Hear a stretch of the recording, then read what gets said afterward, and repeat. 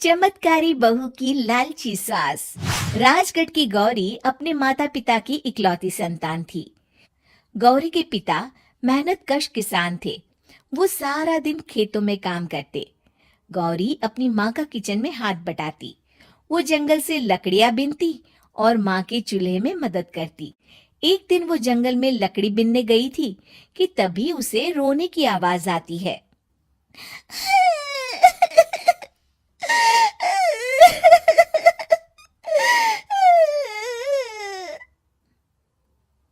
अरे, यहाँ कौन रो रहा है?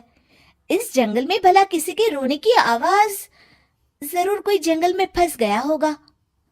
वो देखती है तो उसे एक परी दिखाई देती है जिसका एक पंख टूटा होता है। अरे, तुम कौन हो और क्यों रो रही हो?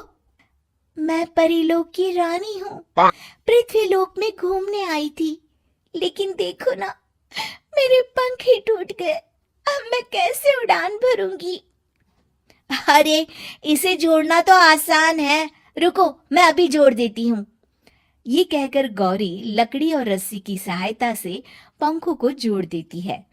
परी अपने जुड़े हुए पंखों को देखकर खुश हो जाती है और गौरी को वरदान देती है कि वो पूर्णिमा की रात किसी भी चीज को हाथ लगाएगी तो वो सोने की हो जाएगी। लेकिन गलती से अगर उसने किसी इंसान को छू लिया तो वो अगली पूर्णिमा तक सोने का ही रहेगा। गौरी घर आती है और सारी बात अपने माता पिता को बताती है। गौरी की माँ उसे कहती है, तू भी ना गौरी, सारा दिन परियों की कहानियां पढ़कर स्वप्न लोक में ही रहती है। नहीं माँ, मैं सच बोल रही हूँ। देखो, आज पूर्णिमा की रात है ना, इसलिए डर के मारे मैं कोई सामान भी नहीं छू रही हूँ। अच्छा, ऐसी बात है बिटिया रानी, तो जरा इस घड़े को हाथ लगा दे। गौरी घड़े को जैसे ही हाथ लगाती है वो सोने का हो जाता है। गौरी के माता पिता घड़े को देखकर हैरान रह जाते हैं। अगले दिन गौरी के पिता उस घड़े को सुनार के पास बेचने जाते हैं तो रास्ते में उन्हें कंचा काकी मिलती है।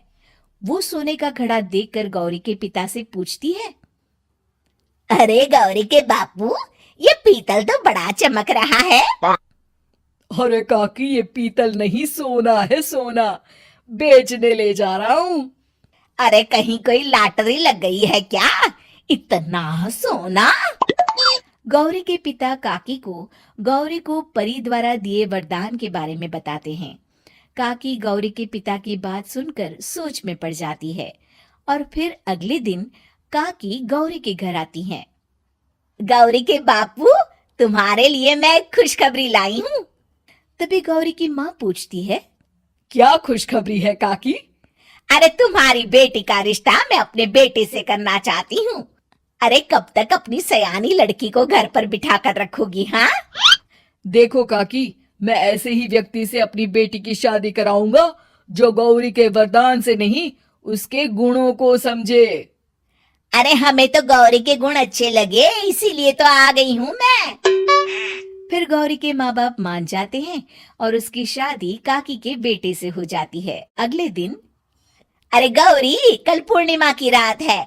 तुम्हारे पिताजी परी के वरदान के बारे में बता रहे थे, तो मैं ना कुछ चीजें रख दूंगी, जरा हाथ लगा देना।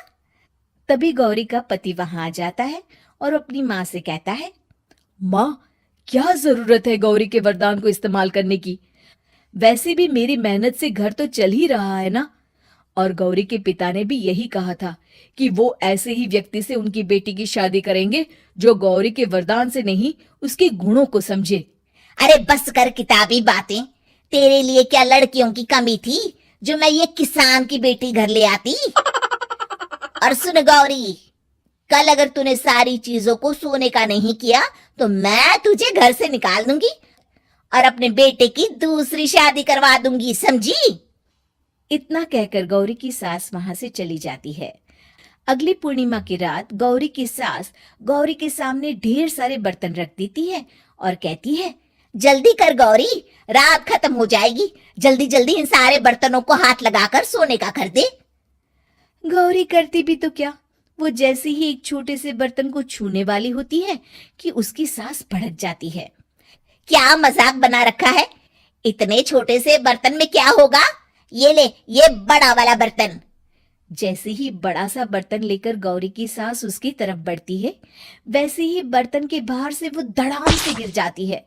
सास को गिरा देख गौरी उन्हें संभालने दौड़ती है और वो सास को हाथ लगाकर कहती है, अरे सासू माँ, क्या हो गया आपको? कहीं चोट तो नहीं लगी ना?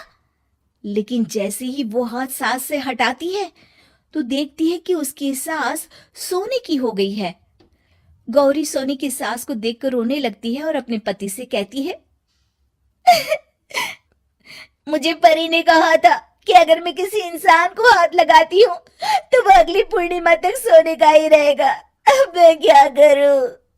अरे करना क्या है, माँ को उठाकर अलमारी में रख दो। और हाँ, लालच का फल बुरा ही होता है। ज्यादा बड़े बर्तन को सोने का बनाने के चक्कर में माँ का ये हाल हुआ है। ये कहकर वो दोनों माँ की तरफ देखने लगते हैं।